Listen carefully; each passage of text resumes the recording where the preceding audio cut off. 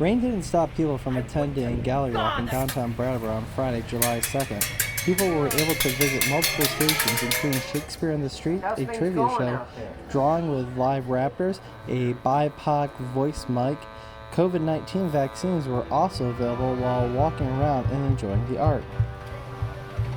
When it's friends and they give you that warm huggy feeling, and when you're not necessarily liking them at the moment.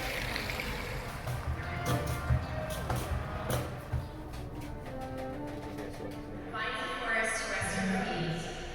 A fairy might never be out of here, but a stolen key by a furry friend sets her free and locks me back. In the light, there is no sight. I am at free. Much, but they're, one of their big